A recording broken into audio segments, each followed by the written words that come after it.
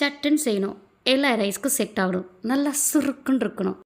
அப்போ வாங்க PRAN tawa fry பண்ணலாமா? 1/2 கிலோ இறால் எடுத்துருக்கிறேன். நல்லா மஞ்சத்தூள் போட்டு க்ளீன் பண்ணி எடுத்தாச்சுங்க. இதுலேயே 1/2 ஸ்பூன் மிளகுத்தூள், 1/2 ஸ்பூன் ஜீரகத்தூள் போட்டுக்கிறேன். 1 ஸ்பூன் கறி மசாலாத்தூள், 1 ஸ்பூன் கரம் மசாலாத்தூள் போட்டுக்கலாம். 1/2 ஸ்பூன் மல்லித்தூள், 1 ஸ்பூன் மிளகாத்தூள், டேஸ்ட்டுக்கு ஏற்ற மாதிரி சால்ட்டு போட்டுக்கலாம். இஞ்சி பூண்டு பேஸ்ட் 1/2 ஸ்பூன் போட்டுக்கோங்க. இதிலே கருவேப்பிலை ஒரு கொத்தும் போட்டுக்கலாம். 1/4 ஸ்பூன் மஞ்சத்தூள் எடுத்துக்கிறேன், அதையும் போட்டுக்கோங்க. இப்போ எல்லாத்தையும் நல்லா ஈவனாக கலந்து வச்சுக்கலாம். இப்போ நல்லா கலந்தாச்சு. இதில் 1 ஸ்பூன் சோம்புத்தூளை நல்லா நுணுக்கி போட்டுக்கிறேன். இப்போ கொஞ்சமாக லெமன் ஜூஸ் ஊற்றிக்கோங்க. நிறையா ஊற்ற வேண்டாம், புளிக்க ஆரம்பிச்சிடும். இப்போ எல்லாத்தையும் நல்லா கலந்தாச்சு. 10 நிமிஷம் அப்படியே ஊறிட்டு இருக்கட்டும்.